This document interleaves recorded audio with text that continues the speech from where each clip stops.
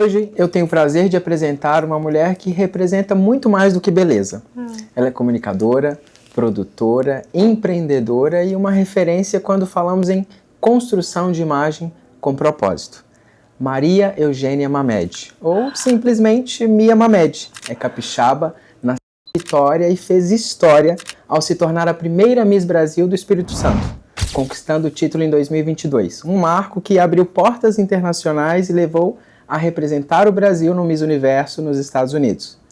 Hoje, Mia Mamed é um exemplo de como a beleza pode ser uma ferramenta poderosa de posicionamento, negócio e impacto social, aliada à inteligência, preparo e autenticidade.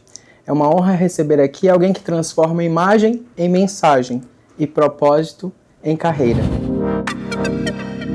Seja muito bem-vinda, Mia Mamed. Ai, que lindo! Obrigada! Tava com saudade. Eu também tava com saudade de você. Feliz ano novo! Obrigado, Feliz ano novo pra todo amor. mundo aí que tá assistindo também. Me conta, Mia Mamed. Nossa, você me chamou de Maria Eugênia Mamed. Eu quis trazer um pouco da Maria Eugênia, porque eu quero conhecer também a Maria Eugênia. Você também quer conhecer a Maria Eugênia? Nossa, são tão poucas pessoas que me chamam e é tão raro eu escutar. Acho que é a primeira vez numa gravação que alguém me chama de Maria Eugênia. E tá tudo bem? Tá tudo ótimo, claro! Porque eu achei um nome lindo, da realeza. Eu também adoro Maria Eugênia, mas como você sabe um pouco da minha história, eu saí do Brasil muito criança, tinha 8 anos de idade. Meu pai foi trabalhar na Ásia. Sim. E nesses 10 anos que a gente ficou na Ásia, dos meus 8 aos 18, mudando por alguns países,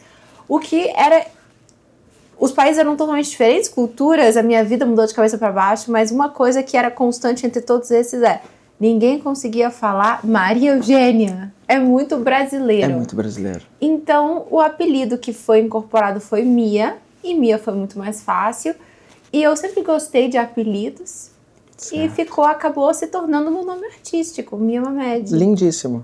Eu gosto. E em 2022, Mia se tornou Miss. Mia se tornou Miss. Como foi tudo isso? Me conta. Tem uma história antes disso? O quanto que eu posso voltar para trás? O quanto você quiser. As pessoas estão curiosas para conhecer Mia Mamed.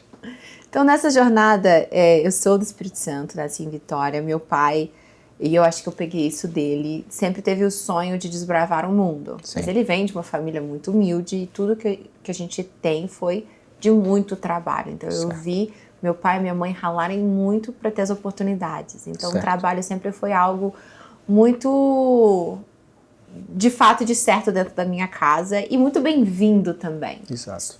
Você estuda e você trabalha e as oportunidades virão. Mas dito isso, com 8 anos, meu pai teve a oportunidade de ir trabalhar no exterior e a gente foi para um país chamado Bahrein, que é uma ilhazinha do lado da Arábia Saudita. Vocês foram morar no Bahrein? Foi a família toda, ele levou todo mundo. Não. Eu, minha mãe, meu pai e meu irmão. Tá. Desculpa, meu pai, minha mãe e meu irmão, exatamente. A gente foi pro Bahrein, não sabia nem falar inglês naquela época. A gente ficou lá quase 2 anos e foi pra China, ficamos em Xangai por 5 anos. E depois meu pai voltou pro Oriente Médio, dessa vez pros Emirados Árabes. E aí com 18 anos eu recebi bolsa, fui fazer faculdade nos Estados Unidos. Fiquei 6 anos morando em Nova York com meu irmão. E nessa época meus pais voltaram pro Brasil e em 2020, antes da pandemia, sim. Eu tive a oportunidade muito especial de apresentar o Réveillon de Copacabana, que é aquele Réveillon no meu ano, eu e o Milton Cunha, a gente bateu o recorde, foi 2,9 milhões de pessoas na praia. Não. E apresentar ali na praia de Copacabana, Réveillon já é um momento de muitas emoções. Eu acho que eu tive, sei lá, uma epifania e uma necessidade de me reconectar às raízes. Saí com 8 anos ali, eu já estava com 24, já estava 16 anos fora do Brasil. Eu já não mais me sentia brasileira. E ali, naquele mar de gente, num lugar tão lindo que é o Rio de Janeiro, e uma virada de Réveillon nos fogos, eu saí dos bastidores, fui para trás do palco, onde minha família estava me esperando. Vibrando. E falei, vou voltar pro Brasil. Meu pai rascado da cadeira, assim, tipo, você não vai, filha. Não. Nem falar português direito eu não falava naquela época. Saiu muito cedo de casa. Saí muito cedo, fui alfabetizada em inglês, já em árabe. Eu fui alfabetizada em mandarim antes do português. Só porque a Mia, pra quem não sabe, ela fala 5 idiomas, gente. São 5 idiomas. Eu sobrevivo em 5 idiomas. É que eu acho que às vezes falar parece que eu consigo sentar numa mesa, negociar e escrever um contrato. Sim. Mas é o suficiente, o que você já tem, e maravilhoso. Não, sou total sobrevivência. Vou na China, você pode me deixar em qualquer...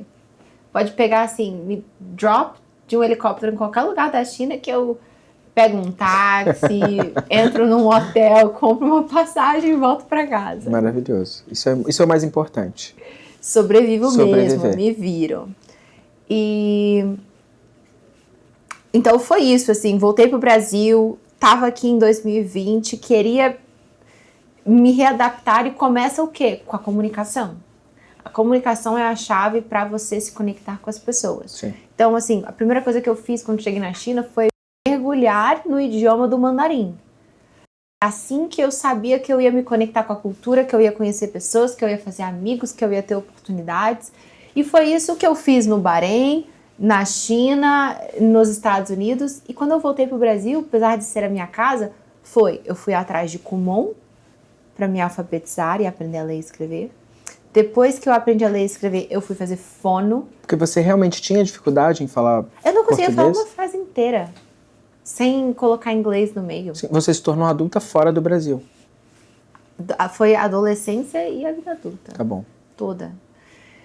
E aí eu fui pro Kumon. Eu lembro que quando eu fiz a prova do Kumon, eu entrei na 2ª série, com 24 anos de idade. Aí eu sentava na salinha com um monte de criança pequenininha, e elas olhavam assim pra mim e ficavam... O que tem de errado com você, tia? Por que você tá aqui? Eu achava que eu tinha algum probleminha. E aí depois do Kumon eu fui fazer fono, porque como eu sou apresentadora, jornalista de formação, eu falava e antes das pessoas escutarem o que eu estava dizendo, elas escutavam o meu sotaque. Uhum. E Era um aí bloqueio elas começavam a se perguntar, de onde será que ela é? Por que ela fala assim? Será que ela é gringa? E eu não queria que as pessoas ficassem presas no sotaque em vez de escutar a mensagem que eu estava querendo passar. Exato. E muito menos se eu queria que as pessoas me vissem como brasileira, se eu queria me conectar com as raízes aqui, eu precisava que elas não pensassem a primeira coisa, ela é gringa. Certo. Então eu fui fazer fono, fui fazer Kumon e limpar e melhorar a minha comunicação foi um passo para eu construir uma carreira aqui e ter as oportunidades do Miss. Qual que foi a pergunta que você me fez? Por que eu fui atrás do Miss? Eu não me lembro. Foi. Como foi? Você me abriu tudo. O que aconteceu Miss 2022? Como você chegou aí? Então, Porque beleza é claro, gente. Beleza a gente já tem aqui. Isso é... Olha, eu estava, então... Voltei para o Brasil em 2020. Entendia que os primeiros meses iam ser de adaptação.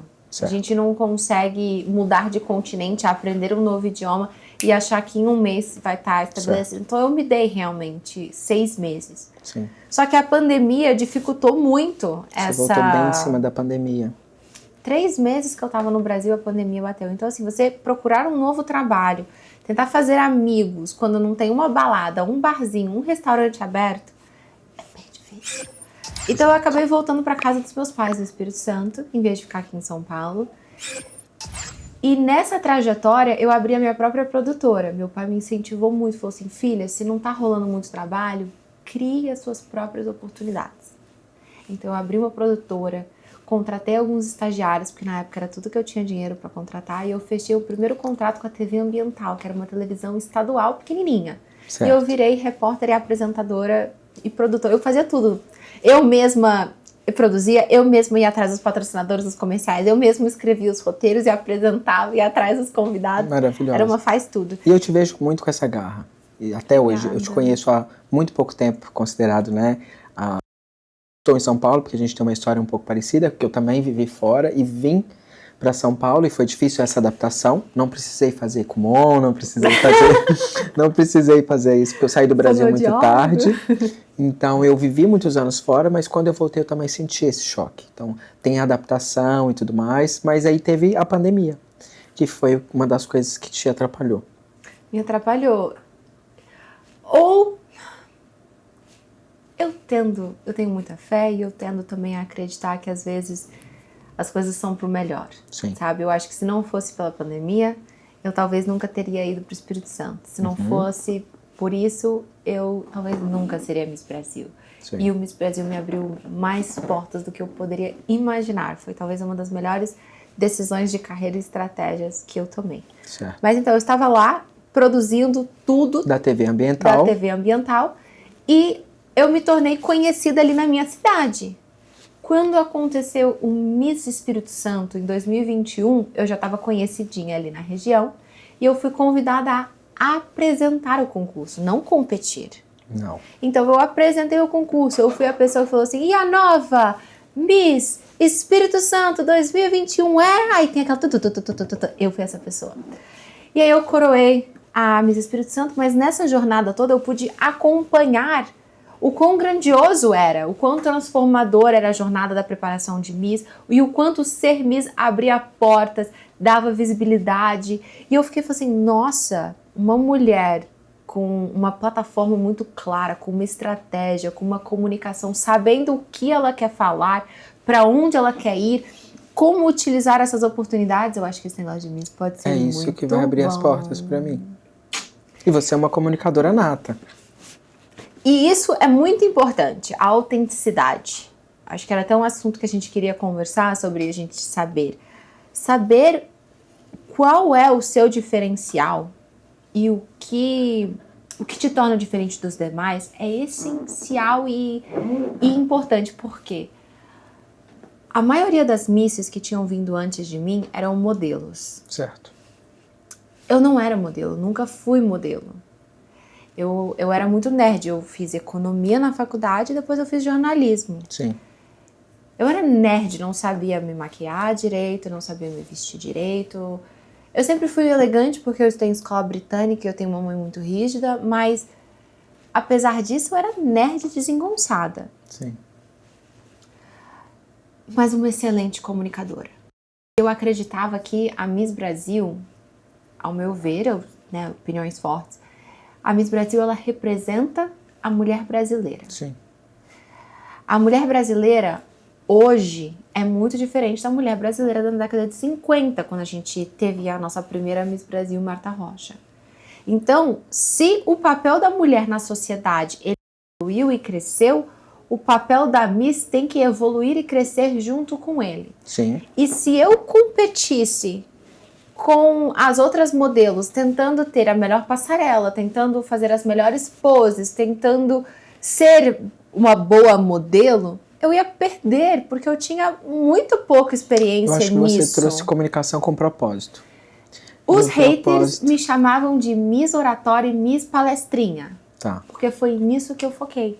Você tinha um propósito, você é comunicadora e você usou o título de Miss para poder alavancar também o seu negócio, porque além de também fazer o papel de uma Miss, você também tem que viver, né?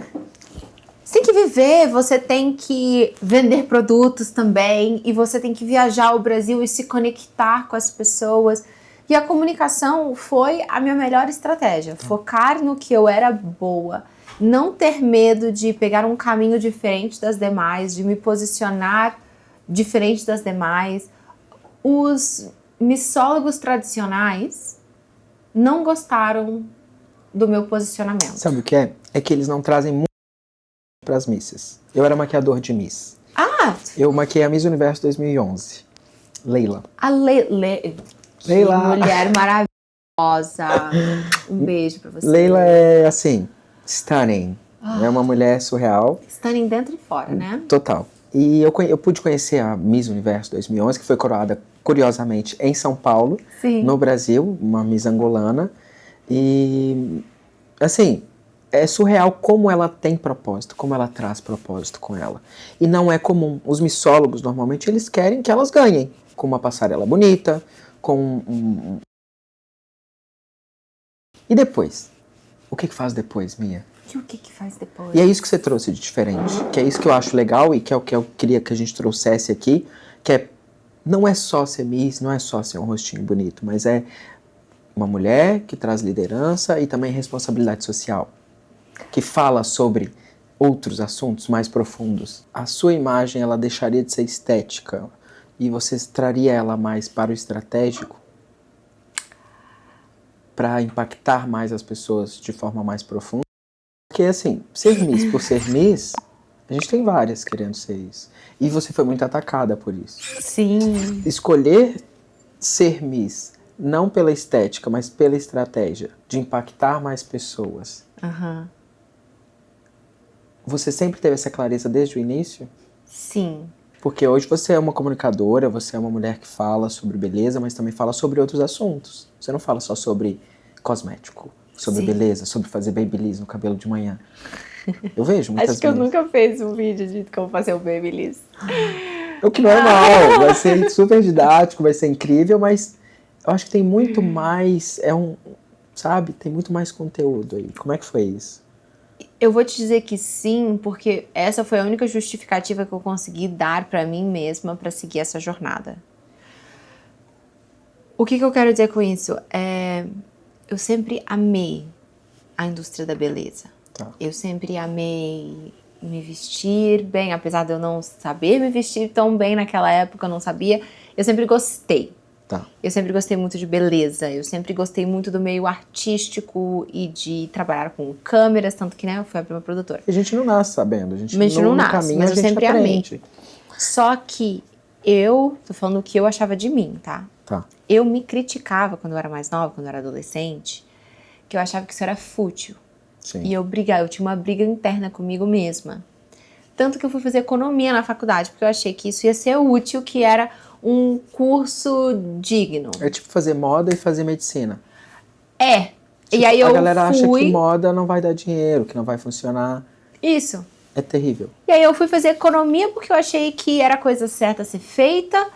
E eu queria dar orgulho aos meus pais. E eu fui muito infeliz. Pra eu me convencer que eu poderia ser Miss, eu só consegui me convencer dessa jornada quando eu falei: dá pra eu ser uma grande comunicadora. Dá pra eu levar essa mensagem de filantropia, dá pra eu mandar essa mensagem de cultura, dá pra eu levar essa... Eu precisava mostrar que beleza ia além da beleza. Mas Sim. isso é algo interno meu, tá? Certo.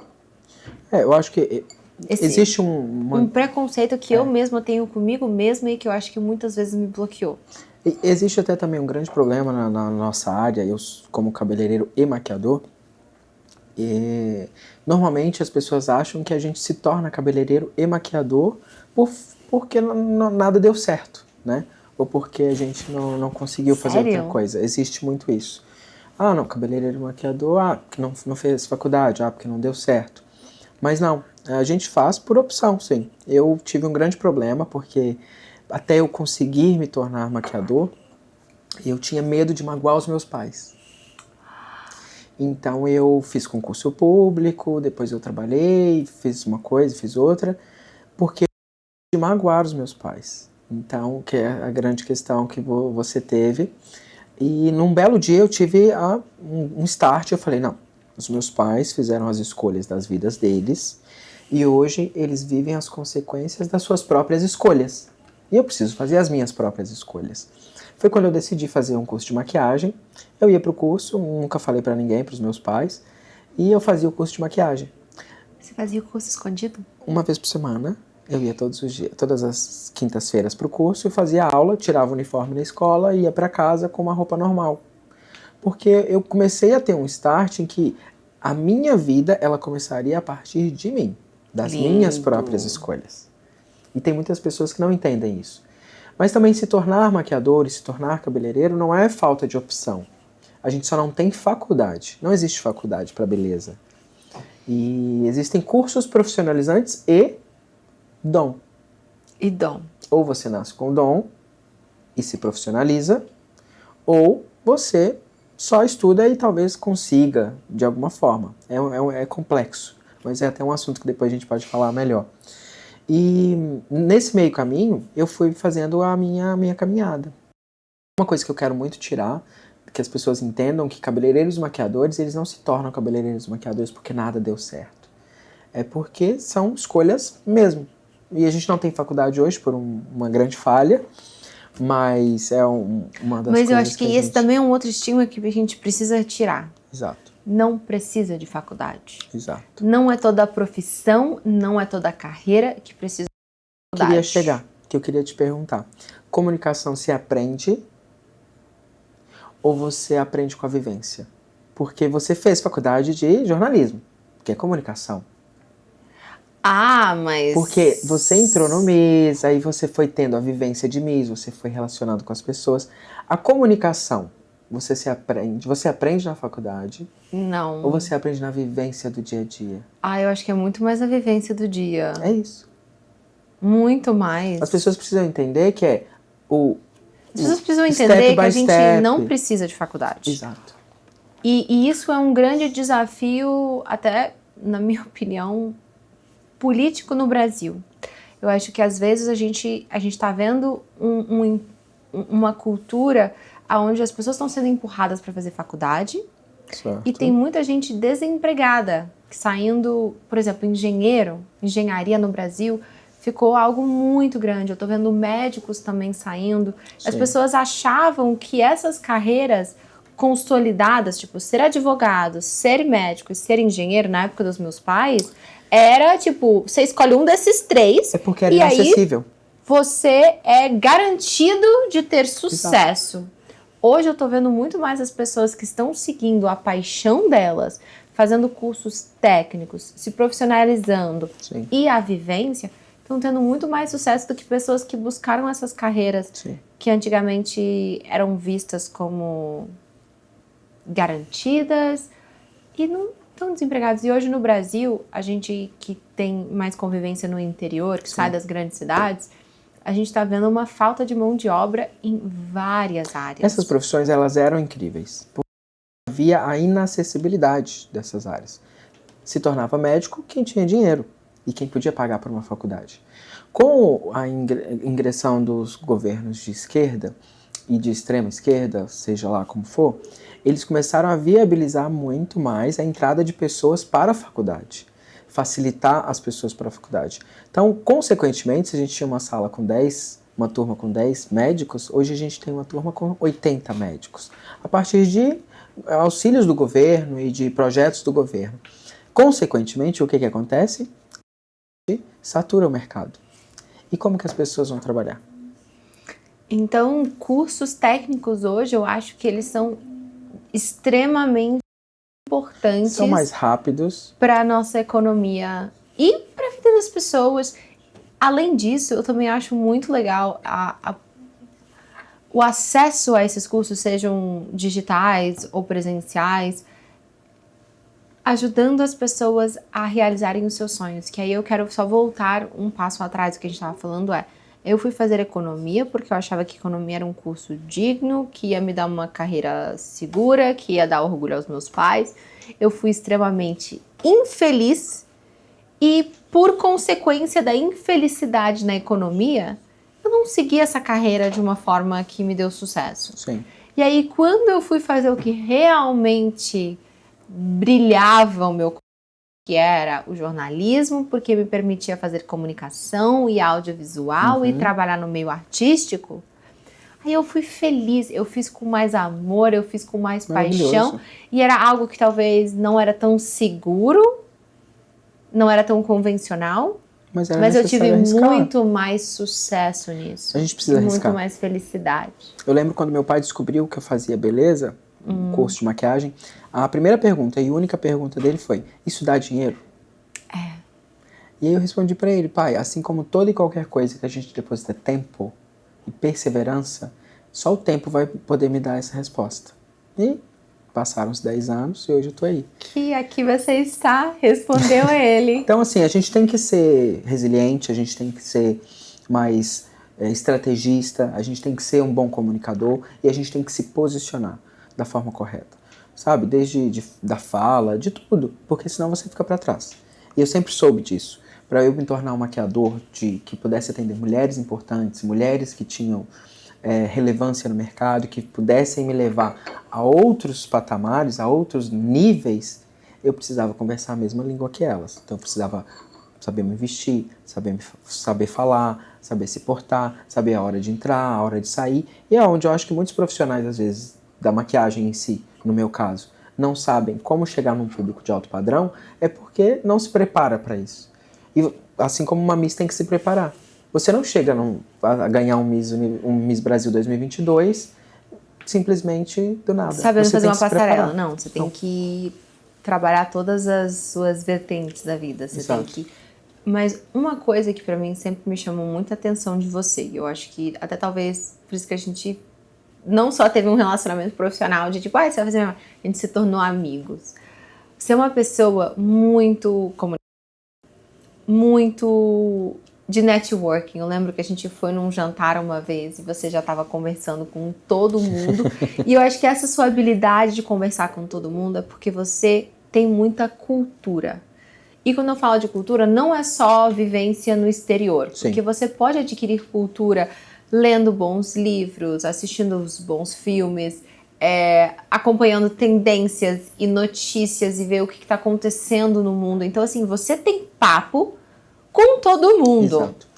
Então, você consegue fazer amizades e ficar em meios diferentes. Mas, além de tudo isso, eu gosto muito de elogiar, porque isso são verdades suas, assim. Você também sempre sabia aonde você queria ir. Então, quando eu te conheci, você falou assim, sim, eu sou maquiador, mas eu também quero empreender. Eu também quero isso, não sei se eu posso dizer todas as coisas que você quer aqui no vídeo. Pode?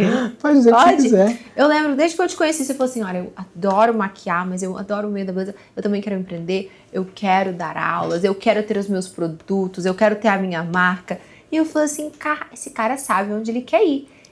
Aqui todo mundo sabe onde quer ir. E para vocês que também sabem onde querem ir, onde querem chegar, eu queria falar para vocês seguirem a gente aqui no Makeup For Us, ativar o sininho, porque a conversa aqui é pesada. É pesada. É pesada.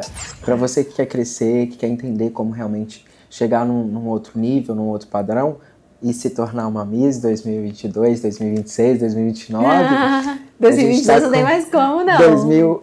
Esse já é meu. Esse já é dela. Mas assim, é muita informação e para poder colher. E a gente está deixando tudo aqui para vocês.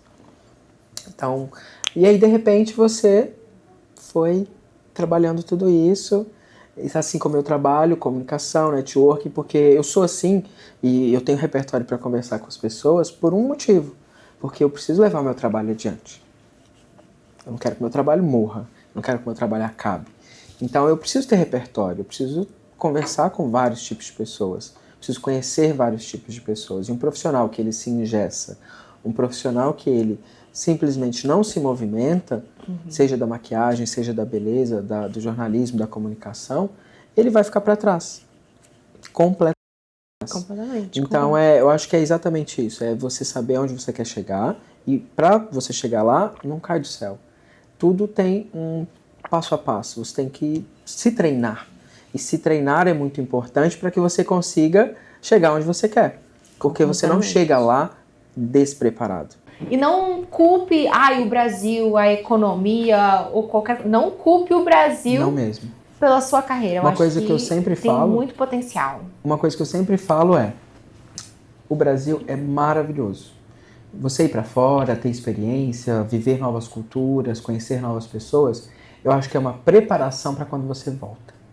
Que foi o que aconteceu comigo. Eu me preparei, foi uma escola para quando eu voltasse e caísse numa cidade com 12 milhões de habitantes, que é São Paulo. A gente está em Alphaville aqui, se você contar Alphaville, a grande São Paulo é 20 milhões, tá? Exatamente, 20 milhões de pessoas. Maior que Portugal. Portugal. Que eu estivesse muito maior.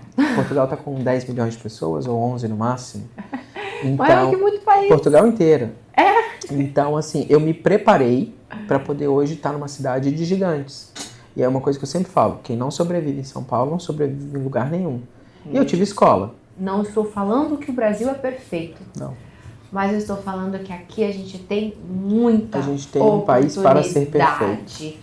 E somos muito sortudos de ter nascido aqui. E com isso cresce esse sentimento de patriotismo de tipo, eu quero deixar o Brasil um pouquinho melhor do que eu encontrei ele. Sim. E quando eu fui ao Miss Brasil, eu fui com esse sentimento de tipo, se eu tiver a oportunidade de ser Miss Brasil, eu vou honrar esse título, eu vou ter muito orgulho de carregar o Brasil no meu peito e eu vou deixar um legado positivo, próspero, eu vou deixar o Brasil melhor do que eu encontrei e quando eu for desse mundo, eu quero ter deixado o Brasil um pouquinho melhor do que eu o encontrei. Sim. E eu tenho isso no que eu faço mesmo. Claro, a gente precisa ganhar dinheiro, claro, a gente precisa realizar os nossos sonhos, mas o impacto para mim é algo que me move e eu acho que ter essa clareza desse impacto muitas vezes me ajudou a crescer. E aí a gente volta ali para filantropia. É com esse espírito que eu sempre pratico a filantropia, é com esse espírito que eu levo a filantropia para os meus trabalhos e foi com essa missão de deixar ele um pouquinho melhor do que eu encontrei, quando eu fui concorrer ao Miss Brasil, eu levei a plataforma dos ODS comigo, porque eu achava que ele era um moldezinho para as pessoas seguirem, porque muita gente me via praticando filantropia e falava, ai Maria, né, quando é família, ou ai Mia, eu também gostaria de fazer alguma coisa, o que eu posso fazer? Para mim, os ODS, eles eram um mapa para as pessoas poderem seguir também. Olha, o Brasil está precisando disso, o mundo está precisando disso e tal. Entre esses 17 objetivos, o que mais te toca? É a causa econômica, são as causas de governança, são as causas ambientais, são as causas sociais, você se importa mais com a saúde, é mais com a educação, é mais com direitos humanos. Tem para todo mundo. E durante o seu mandato, o seu reinado, digamos assim, você está o tempo todo sendo observada. Até pelas próximas que querem ganhar.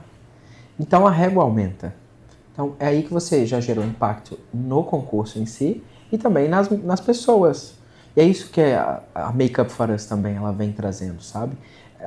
O fato de trazermos profissionais que já atuam na área, que já trabalham com maquiagem ou que estão iniciando, que eles se tornem profissionais melhores, que a régua aumente, para que a gente crie profissionais de excelência. Porque existe uma fatia do mercado que busca por excelência. E tem profissionais que querem trabalhar com clientes de alto padrão e não sabem como fazer isso. Então, ou não sabe por onde começar, não sabe por onde caminhar. Então, a academia ela vem com esse propósito. Lapidar os profissionais, mostrar que existe toda uma atmosfera a ser criada, como você tem que conversar, a oratória, porque tudo isso gera impacto. Gerou impacto no seu próximo concurso, no de 2023. A próxima Miss não era mais como antes, no de 2021. Então, tudo isso é importante. A gente vai criando profissionais mais fortes, vai criando misses mais fortes e com mais propósito. Eu acho que é isso. Não é só maquiar por maquiar, não é só desfilar por desfilar, mas é que gere impacto. Mas eu vou dizer, a maquiagem por si também mudou a minha vida e o desfile também. Sim. Eu era, como eu te falei, um pouquinho mais desengonçada. Não sabia me vestir tão bem quanto hoje, ou me maquiar. Obviamente hoje não fui eu que fiz essa maquiagem, foi o Cláudio. Mas eu também faço um trabalho ok, tá? Não assim, nesse nível, mas é um prazer maquiar fica muito bonita mulher. também. A pele dela é invejável. O que eu quero dizer é, a beleza, eu descobri, abre portas. A beleza, seja um prédio bonito, seja uma pessoa bem vestida, seja uma pessoa bem maquiada, seja uma pessoa que desfila bem, que está caminhando, entrando nos espaços com elegância, de salto. A beleza, ela abre portas porque ela chama a atenção. Sim. Quando você tem a atenção das pessoas, você consegue comunicar, você consegue falar do seu projeto, do seu sonho, da sua empresa, do seu produto, do seu serviço. Então, a beleza, ela não é só assim, falando pro profissional que vai estar fazendo seu curso, mas a beleza, ela transforma a vida também do cliente, da pessoa. Exatamente. Eu falo isso muito. A gente vidas completamente. O Miss me abriu muitas portas, mas toda a beleza que eu aprendi para conquistar o Miss, eu continuo praticando muito do que eu praticava durante o meu reinado e as portas continuam se abrindo. Sim. As pessoas elas se conectam com você muito antes de qualquer coisa que você fale. Elas se conecta com a sua imagem. E a beleza em si, o cabelo, a maquiagem, isso tudo impacta as pessoas. Para as pessoas te analisarem, são pouquíssimos segundos. Então a beleza ela já vem a partir daí, da conexão com as pessoas. Então a forma como você se apresenta pode gerar uma percepção negativa ou uma percepção positiva de quem você é. Então o maquiador ele tem esse poder, ou ele exalta uma pessoa ou ele destrói uma pessoa. Tem profissionais que não se especializam tanto. E aí, por esse motivo, eles acabam com uma cartela de clientes mais enfraquecida, com um poder de compra não tão alto, e acabam desistindo no meio do caminho. E essa não é a ideia. A ideia é que as pessoas cresçam. E para que isso aconteça, a gente tem que aprimorar, tem que se especializar. E para se tornar um profissional de elite, um profissional que você consiga sobreviver, viver de maquiagem, você tem que... sobreviver, né? A gente quer viver. Para quem está sobrevivendo, a gente quer que viva, não é sobreviver. Então, assim, para quem está sobrevivendo de maquiagem, sobrevivendo de beleza, a ideia é que a gente eleve o padrão e essa pessoa se torne um profissional desejado. E o profissional, eu acho que vale a gente voltando ali, tirando talvez alguns aprendizados dessa jornada, vale a pena ele descobrir qual que talvez seja o diferencial dele e ele fortalecer. Porque, sim, a comunicação é muito importante. Mas talvez tenha algum profissional que ele tenha algum diferencial, seja a região dele, seja... Porque o seu curso vai estar digital, não é? Ele vai estar digital e presencial. E presencial. Eu acho que muitas vezes as pessoas acham que precisam vir para São Paulo. Mas você ser o melhor maquiador da sua região, do seu estado, você não necessariamente precisa estar em São Paulo. Porque eu vou falar assim, o meu maior crescimento profissional não foi em São Paulo. Foi numa pequena cidade chamada Vitória, no Espírito Santo, que é o estado esquecido do Sudeste. O Espírito Santo fica no Sudeste, tá? Muita gente acha que é Nordeste. Não é tão esquecido, porque os mineiros vivem lá na praia. Eu sou mineiro. Você é mineiro? Eu ia falar assim, é tão esquecido que o Espírito Santo deixa de ser Espírito Santo e se torna o litoral de Minas Gerais. Exato. É bem isso. A população do Espírito Santo, ela dobra durante o verão pela invasão mineirense. Tanto que eu sou metade mineira, porque o meu pai invadiu o Espírito Santo, casou com a minha mãe. Então eu sou literalmente a definição da perda do estado do Espírito Santo durante o verão. Do verão pelos mineiros. Mas é isso, eu acho que é muito legal esses cursos digitais, porque as pessoas precisam entender que não precisa estar na cidade grande para achar que tá ali a oportunidade profissional. Você pode abrir o caminho na sua região. Você pode ser o percursor. Não é? Eu sou a primeira Miss Brasil do Espírito Santo. Aqui é a prova. O meu maior crescimento profissional não foi em Nova York, não foi em São Paulo. Foi numa pequena cidade, Vitória, de 400 mil habitantes. Uau. Sorocaba tem 1 milhão. Uau. Eu comecei a maquiar e maquiava por R$90. Cabelo e maquiagem. Cabelo e maquiagem, quando você começou? Quando eu comecei na minha cidade. E também não tem nenhum problema de começar pequeno. Não. O importante é começar. O importante é começar. E tem pessoas hoje que fazem por R$90 há muito tempo. Eu fiz por 1 ano e meio, 2. Hoje não mais. Porque tudo passa. A ideia é que as coisas passem. E a gente consiga crescer. Mas eu também vi uma frase muito bonita para esse início de ano, que tá até... É uma das capas do meu celular. Que fala pra gente. Eu queria... mas pra ler... Eu fiz atualização, desculpa, gente. Eu fiz atualização no meu celular, aí algumas capas não estão aparecendo. Nossa, eu tenho várias capas. Eu tenho muita. Aqui, ó. Essa daqui, ó. Fala pra gente. Ela tá em inglês, eu vou ver se eu consigo traduzir. Mas tá escrito assim: playing so fucking small. Para de jogar tão pequeno. Aí a frase. Aí eu vou ir traduzindo aqui, lendo na minha cabeça, ó. Algo que eu gostaria que alguém tivesse me dito anos atrás é que o tamanho do seu objetivo, ele é exatamente, directly correlated, é diretamente correlacionado ao quanto que você vai se exercitar e trabalhar para conquistar. Todas as vezes. E eu posso te provar isso agora. Se eu te oferecesse um aumento de 10% no seu salário, sim, você acordaria 3 horas da manhã para ir trabalhar todos os dias? Talvez não. Eu acho que eu não. Mas se me oferecessem 10 milhões de dólares em cash para eu ir trabalhar todo dia, 3 horas da manhã, na hora. Então, não parece tão óbvio pra gente, nós estamos muito mais disponíveis e dispostos a sofrer por um prêmio grande. Por um prêmio maior. Então, essa lógica, as maioria das pessoas não colocam nas suas vidas, mas então, por anos, eu também não, né? O cara tá falando aqui, eu colocava objetivos, goals, né? Que eram pequenos o suficiente, que me pareciam realistas para eu até compartilhar com as pessoas. Mas foi só quando...